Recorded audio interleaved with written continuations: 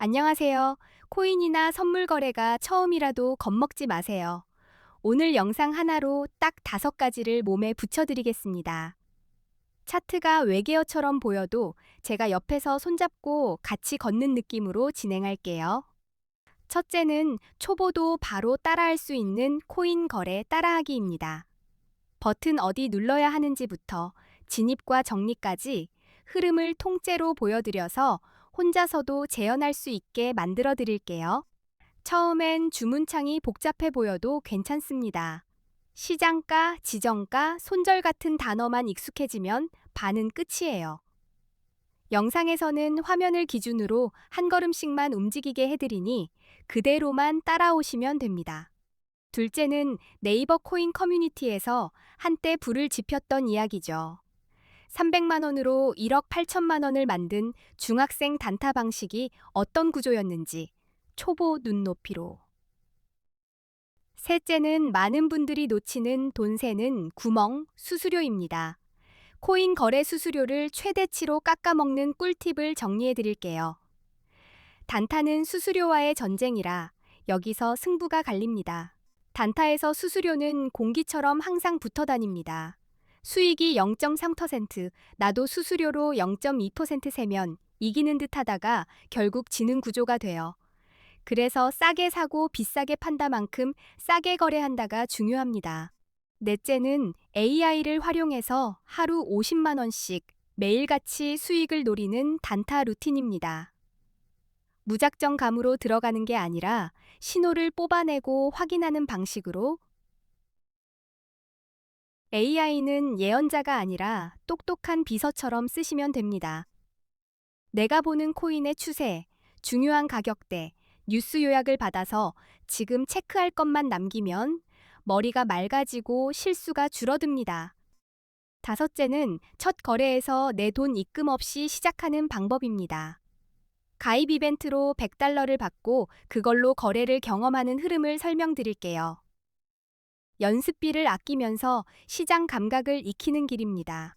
참고로 이 영상 고정 댓글에는 수수료 최대 할인받는 방법과 100달러 받고 가입하는 링크를 한눈에 정리해 두었습니다. 영상 보시다가 어디서 하죠? 싶으면 고정 댓글부터 확인해 주세요. 이벤트 100달러는 작은 돈 같지만 실전 버튼 감각을 익히는 무료 연습장이 됩니다.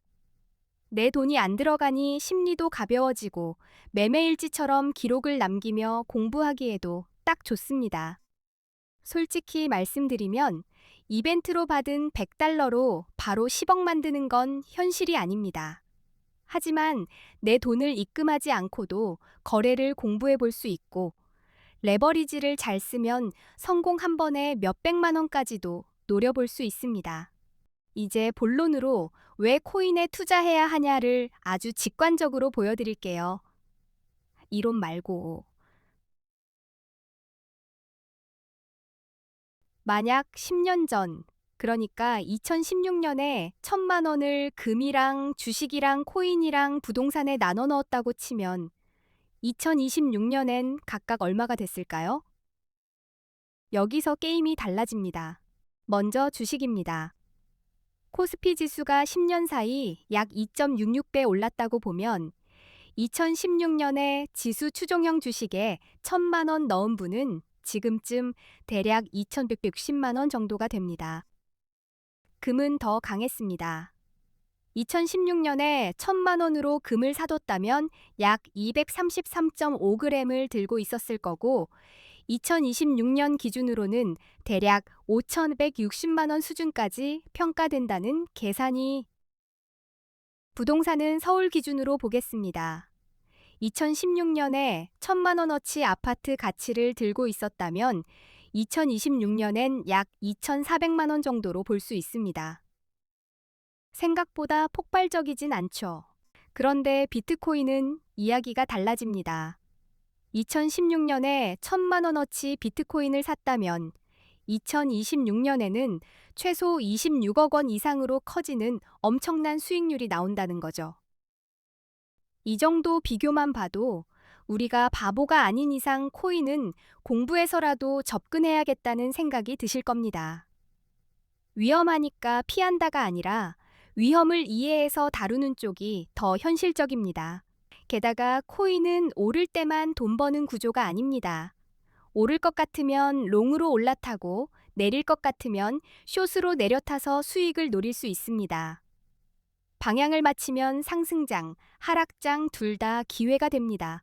그리고 많은 분들이 체감하는 장점이 하나 더 있죠. 해외 거래소 환경에서는 세금 부담이 없거나 상대적으로 덜하다고 느껴서 선호하는 분들이 많습니다. 투자 입장에선 꽤 매력적인 조건입니다. 또 코인 거래소에는 레버리지라는 기능이 있습니다.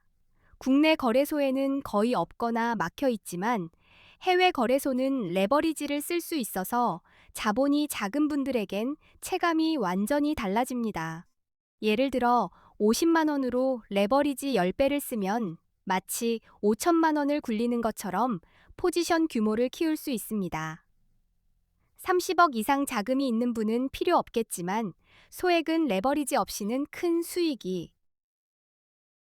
레버리지는 칼과 같습니다. 잘 쓰면 작은 파동도 크게 먹을 수 있는데 기준 없이 휘두르면 순식간에 손이 베일 수 있어요. 그래서 레버리지를 쓸수록 내 규칙이 더 단단해야 합니다. 그래서 코인 거래의 첫걸음이자 가장 중요한 건 어디서 거래하느냐, 즉 좋은 거래소를 고르는 겁니다.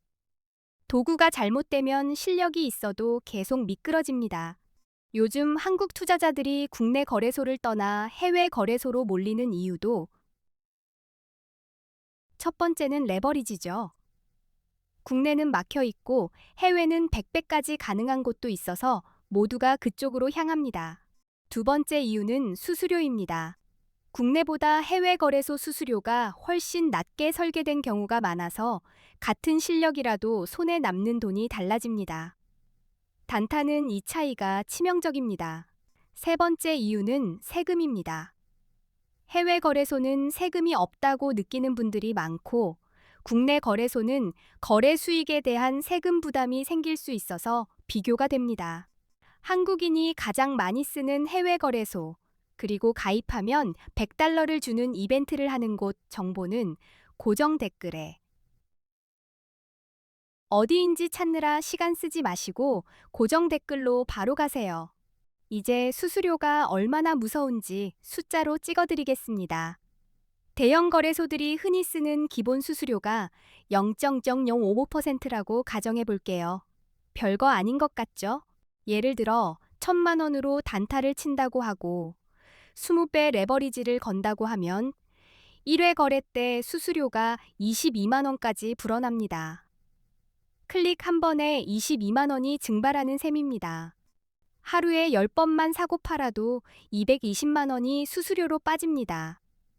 10번이면 연습이 아니라 헌금이 되어버려요. 수수료가 높으면 실력이 좋아도 계속 마이너스가 됩니다. 그래서 수수료가 저렴한 거래소를 쓰셔야 합니다.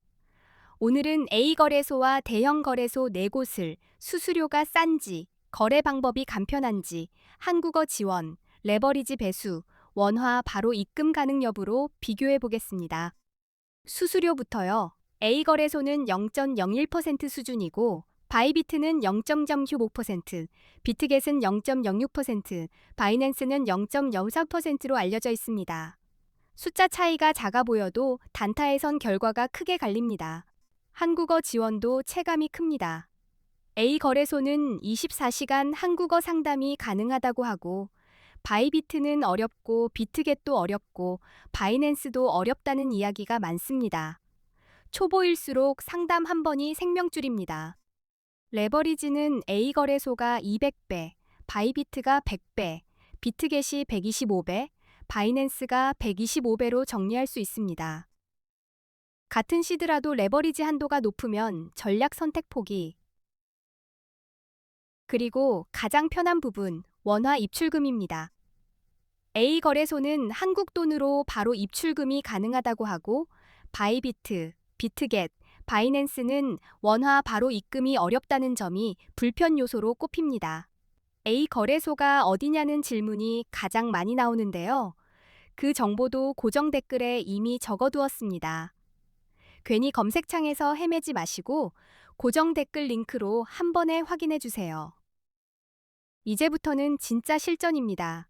언제 롱을 잡고 언제 숏을 잡아야 하는지 초보가 흔들리지 않게 신호부터 정리해 드리겠습니다.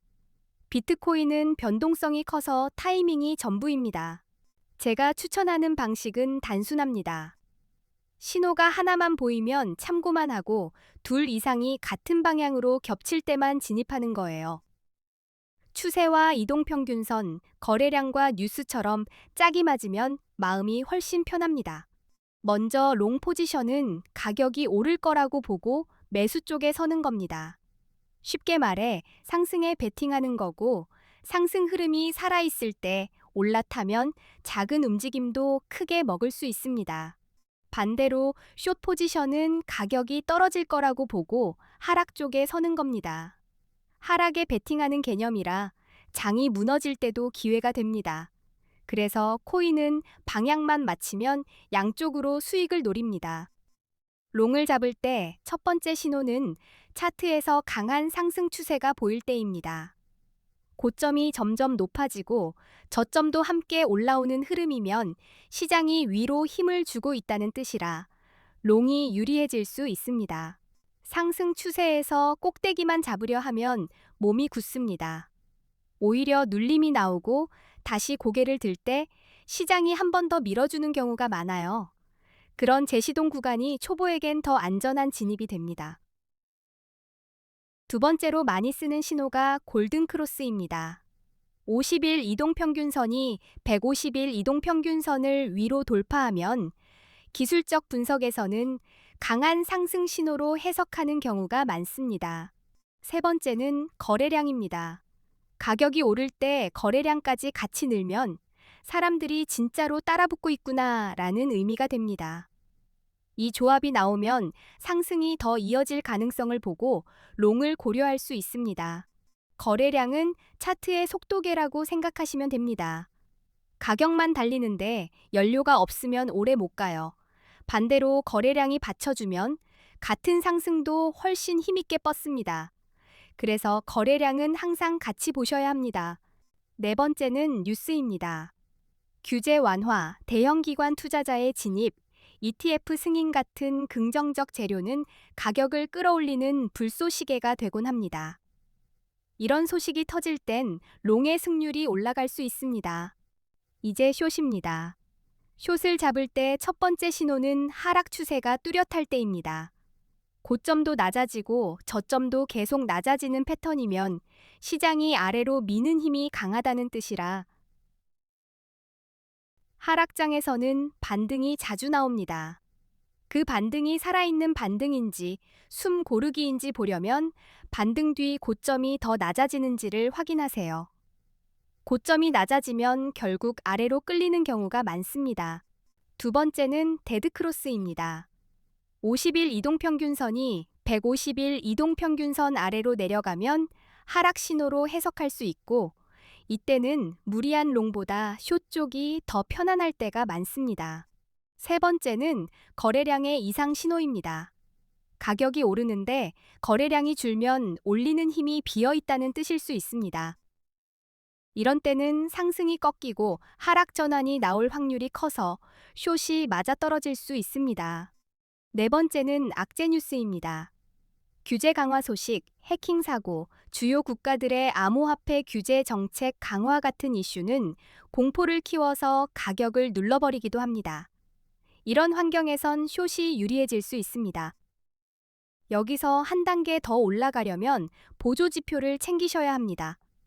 대표적으로 RSI, MACD, 볼린저 밴드가 있고, 이 셋만 익혀도 시장의 과열과 흐름을 훨씬 또렷하게 볼 수 있습니다. RSI는 과매수와 과매도를 감잡게 해줍니다. RSI 70 이상이면 과매수로 보고 숏을 고민할 수 있고, 30 이하이면 과매도로 보고 롱이 유리할 수 있습니다. 기준이 생기면 흔들림이 줄어요. RSI는 단독으로만 보지 마세요. 상승장에선 70을 넘고도 더 달리고, 하락장에선 30 밑에서 오래 버티기도 합니다. 그래서 지금 장이 상승인지 하락인지와 수치를 같이 놓고 판단하시면 정확도가 올라갑니다. MACD나 볼린저 밴드는 추세와 변동성을 확인하는 데 도움이 됩니다. 특히 변동성이 커지는 구간, 밴드가 벌어지는 구간에서 지금이 돌파인지 함정인지를 가려내는데 정리하겠습니다. 롱은 상승 추세와 골든 크로스, 거래량 증가, 호재 같은 긍정 신호를 근거로 잡고, 숏은 하락 추세와 데드 크로스, 힘 빠진 거래량, 악재를 근거로 잡는 게 기본 뼈대입니다. 오늘 내용이 단타에 도움이 되셨나요?